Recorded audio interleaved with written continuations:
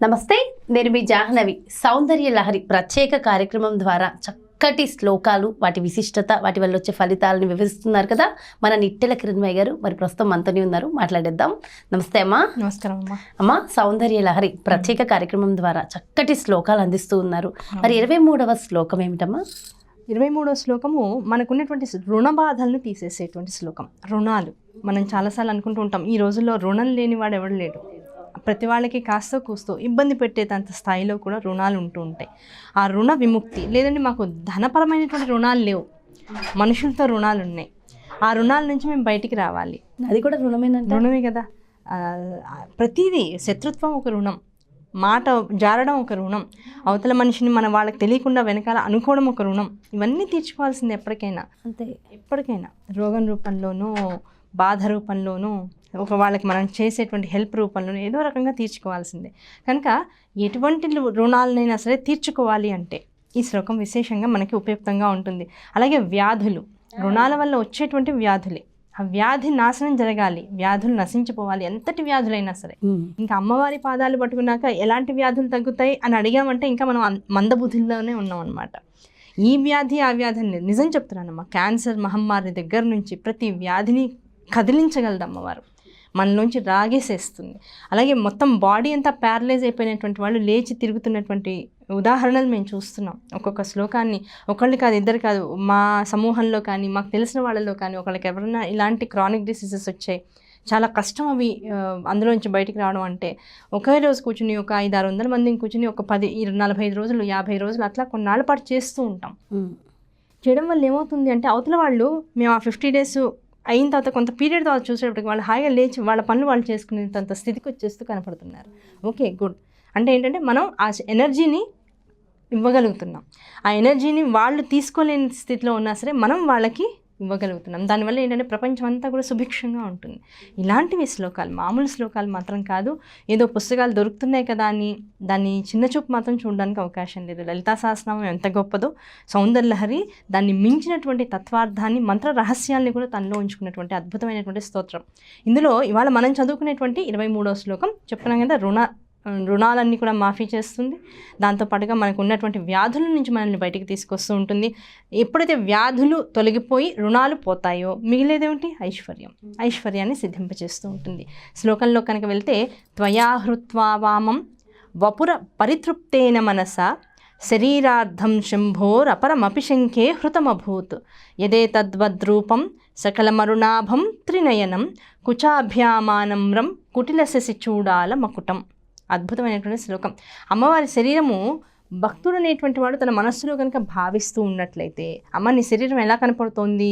పైన కరికలభకుంభస్తనత, నీ వక్షస్థలముల ద్వారా మొత్తం 64,000 కోట్ల జీవరాశులకి కూడా ఆహారాన్ని అందించేటువంటి తల్లివి. కనుక 64,000 కోట్ల జీవధారలు ఆ వక్షస్థలాల నుంచి జగత్తులోకి వర్షింపబడుతూ ఉన్నాయట. అటువంటి బరువైనటువంటి వక్ష సంపదను కలిగి ఉన్నటువంటి తల్లివి కనుక నీ శరీరం కొద్దిగా వంగి ఉన్నట్లుగా ఉంది. ఆ బరువుకి, ఆ వంగి ఉన్నటువంటి శరీరాన్ని నేను దర్శిస్తూ, త్రినేత్రాలతో కనిపించేటువంటి నీ ముఖమండలాన్ని నమస్కరించుకుంటూ, దాంతోపాటు ఏం చెప్తున్నాడు, ఈ వంగి త్రినేత్రాలతో అలరారేటువంటి నీ ముఖమండలంలో ఎర్రనైనటువంటి కాంతులతో కూడుకున్నటువంటి ఆభరణాలని నేను దర్శిస్తూ, అమ్మ పైనుంచి కింద దాకా అన్ని ఎర్రనైనటువంటి ఆభరణాలు ధరిస్తూ ఉంటుంది. అంటే కెంపులతో కూడుకున్నటువంటి, వజ్రాలతో కూడుకున్నటువంటి, ఆ వజ్రం మీద ఎప్పుడైతే ఈ కెంపు పడుతుందో ఆ వజ్రం కూడా ఎర్రగానే మనకందరికీ కూడా దర్శనం అవుతూ ఉంటుందిట. ఎర్రనైనటువంటి శరీర అవయవ, దాంతోపాటు ఆభరణ కాంతితో మెరిసిపోతూ, అలాగే నీ నెలవంక అంటే అష్టమి నాటి చంద్రుడు ఎవరైతే ఉంటారో, మనం అష్టమి తిథి చూస్తూ ఉంటాం బహుళంలోనూ శుద్ధంలోనూ కూడా. ఆ అష్టమి తిథి రోజు ఆ చంద్రుడు అనేటువంటి వాడు ఎలా ఉంటాడంటే సన్న గీతలాగా ఇలా వంగి ఉంటాడు. ఆయనే నెలవంక అని చెప్తూ ఉంటాం. ఆ నెలవంక అనబడేటువంటి అష్టమి తిథి నాటి చంద్రుణ్ణి నీ కిరీటం యందు అలంకారంగా పెట్టుకున్నటువంటి దానవు. అలా నీ రూపాన్ని చూస్తూ ఉంటే, నీ ఆహార్యాన్ని మేము గమనిస్తూ ఉంటే, నీలో ఉండేటువంటి ఆ అమ్మ అనేటువంటి చల్లనైన కరుణను ఆస్వాదిస్తూ ఉంటే, చూడగా ఏమనిపిస్తుందో తెలుసా, మా అయ్యవారు నీకు సగం భాగం ఇచ్చారు. అర్ధనారీశ్వర తత్వంలో మీ ఇద్దరు కూడా సగ భాగాలుగా మొత్తం స్వరూపాన్ని మాకు దర్శింపజేస్తూ ఉన్నారు. నీ యొక్క అద్భుతమైన చైతన్యము, అద్భుతమైనటువంటి కాంతి, ఇదంతా కూడా ఏమవుతుంది, మా అయ్య ఎలాంటి వాడు? శుద్ధ స్ఫటిక సంకాసం, తెల్లనైనటువంటి శరీరం కలవాడు. పైగా ఆ తెల్లనైన శరీరం మీద మళ్ళీ ఏం చేస్తున్నాడు? విభూది రాస్తున్నాడు. నీలాగా ఆభరణాలు పెట్టట్లేదు, మొత్తం విభూతి రాస్తున్నాడు. సో తెల్లగా మెరిసిపోతూ ఉన్నాడు ఆయన. ఆ మెరుపు మీద ఎప్పుడైనా చూడండి, తెల్లని మెరుపు మీద ఎర్రని మెరుపు పడింది అనుకోండి, ఏమవుతుంది? ఈ తెలుపు కూడా ఎరుపుగా మారిపోతూ ఉంటుంది. కనుక అమ్మ, మా అయ్యవారు నీకు సగం శరీరాన్ని ఇస్తే నీ ఆహార్యం అంతా చూడగా నా కన్నులన్నీ కూడా ఎరుపుతనంతో మునిగిపోయి మిగతా సగం భాగం అంటే మా అయ్య భాగాన్ని కూడా నువ్వే స్వీకరించేసి మొత్తం ఒకే స్వరూపంగా కనిపిస్తున్నావు, ఎర్రగా దర్శనమిస్తున్నావు అనేటువంటి భావాన్ని శంకరాచార్య వారు ఈ శ్లోకంలోకి తీసుకొచ్చారు. అంటే అర్థం ఏమిటి? వారిద్దరూ ఏదో రంగులలోనో రూపులలోనో విషయాలలోనో వేరనుకుంటావేమో, కాదు. అమ్మవారిని చూస్తూ ఎడం భాగాన్ని ప్రత్యేకంగా నువ్వు స్మరించావా, రెండో భాగం కూడా ఎరుపుగానే కనబడుతూ ఉంటుంది. అయ్యవారిని స్మరిస్తూ తెలుపు భాగాన్ని దర్శించావా, రెండో వైపు కూడా తెలుపే కనపడుతూ ఉంటుంది. వారిద్దరూ కూడా అంతటి ఏకస్వరూపులు. వారిద్దరిలో ఏమాత్రమూ తేడా లేనటువంటి స్వరూపం వాళ్ళిద్దరిది. కనుక అటువంటి రూపాన్ని కనుక ఎవరైతే మానసికంగా దర్శిస్తారో, ఎరుపులోంచి తెలుపు, తెలుపులోంచి ఎరుపు, ఎరుపు అంటే మనం చైతన్యంలో ఉన్నాం, తెలుపు అంటే అన్నిటినీ వదిలేసి వైరాగ్య చింతనలో ఉన్నాం. ఈ రెండింటికి మూల స్వరూపులైనటువంటి పార్వతీ పరమేశ్వరులు ఇద్దరిని ఎవరైతే నిత్యమూ మనసులో పెట్టుకుని స్మరిస్తూ ఉంటారో అటువంటి వాళ్ళకి జగత్తులో ఇంకా దేనికి లోటు లేకుండా ఉంటుంది. నిజంగా ఏదైనా కష్టం ఉన్నా ఈ స్మరణం ద్వారా ఆ కష్టాన్ని తనంతట తానుగా తీయగలిగేటువంటి శక్తి సాధకుడు అనేటువంటి వాడికి వస్తుంది. ఆ కష్టాన్ని తొలగించుకోగలిగేటువంటి సామర్థ్యం పెరుగుతూ ఉంటుంది. కనుక అటువంటి శ్లోకం ఈ శ్లోకం.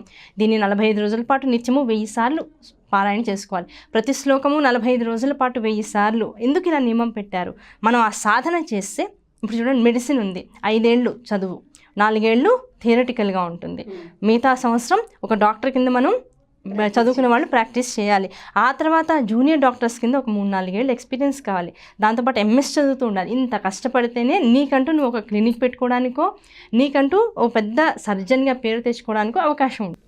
అలా ఒక శ్లోకం మనం పట్టుకుని అందులో రుణ బాధలు తొలగుతాయి, ఐశ్వర్యం వస్తుంది, సామ్రాజ్యాలు సిద్ధిస్తాయి, ఇవన్నీ చెప్పుకుంటున్నప్పుడు దాని గురించి ఒక 45 రోజుల పాటు నువ్వు శ్రమించి సాధన చేస్తే నీకు ఎప్పుడు ఆ రకమైనటువంటి ఇబ్బంది వచ్చినా, నీ ఎదుటి వాళ్ళకి అటువంటి ఇబ్బందులు ఉన్నాయన్నా, అప్పుడు 11 సార్లు 28 సార్లు ఒకసారి చదువుకోగానే ఈ శక్తి వలన నీకు అంతటి స్థాయి వచ్చి ఆ కష్టం నుంచి బయటపడగలిగేటువంటి అవకాశం దొరుకుతూ ఉంటుంది.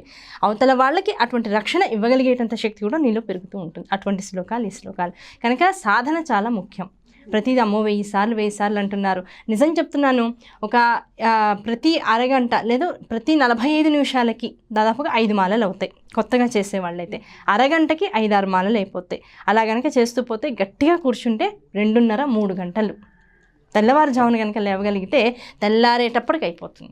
అంత గొప్పగా మనం ప్రాక్టీస్ చేసుకోవాలి. అలా చేస్తూ ఉంటే దాన్ని బట్టి మన జీవితం ముందుకు వెళ్ళిపోతూ ఉంటుంది, ఆనందాన్ని అనుభవిస్తూ ఉంటాం. ఈ శ్లోకాన్ని చదువుతున్నంతకాలం పెట్టవలసినటువంటి నైవేద్యం ఆవు పాలతో బెల్లంతో చేసినటువంటి పాయసం అమ్మవారికి నైవేద్యంగా పెట్టాలి. జరిగేటువంటి విషయాలన్నీ చెప్పుకున్నాం. సకల వ్యాధి నాశిని, సకల రుణహత్రం, దాంతోపాటుగా ఐశ్వర్య సిద్ధి, ఈ 3 కూడా ఈ శ్లోకాన్ని చదువుకోవడం వల్ల కలుగుతూ ఉంటుంది. ఈ శ్లోకాన్ని రాగస్వరూపంగా తెలుసుకుందాం ఒకసారి.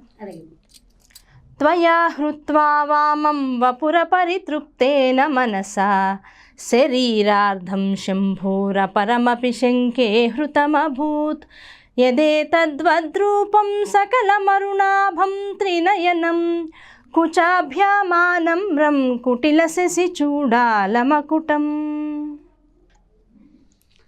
నిజంగా ఒక్కొక్కటి వింటుంటే మనకున్న దోషాలన్నీ తొలగిపోయి ప్రశాంతమైన జీవితం ఉన్నట్టే ఉంది. నిజంగా చాలా బాగుందమ్మా, అద్భుతమైన శ్లోకం. మీరు ఎప్పుడు అంటూ ఉంటారు ప్రతి శ్లోకం అద్భుతమే, నిజంగా అద్భుతం. అవును, థ్యాంక్ యూ సో మచ్ అమ్మా, నమస్కారం. సో చూసారు కదండి, సౌందర్య లహరి 23వ శ్లోకం ఏమిటి, దాని అర్థం ఏమిటి, ముఖ్యంగా రుణ బాధలు, ఆరోగ్య సమస్యలు ఉన్న వాళ్ళు ఈ శ్లోకాన్ని కనుక పఠిస్తే అద్భుతంగా ఉంటుంది అని చెప్పి దాని విశిష్టతను పూర్తిగా క్లియర్గా ఎక్స్ప్లెయిన్ చేశారు కదా. ప్రతి ఒక్క చిన్న పిల్లల దగ్గర నుంచి పెద్దవాళ్ళ దాకా ప్రతి ఒక్కరికి అర్థమయ్యే రీతిలో వివరంగా ఎక్స్ప్లెయిన్ చేశారు కదా. మరో సౌందర్య లహరి ప్రత్యేక కార్యక్రమంతో మళ్ళీ మీ ముందుకు వచ్చేస్తాను. నమస్కారం.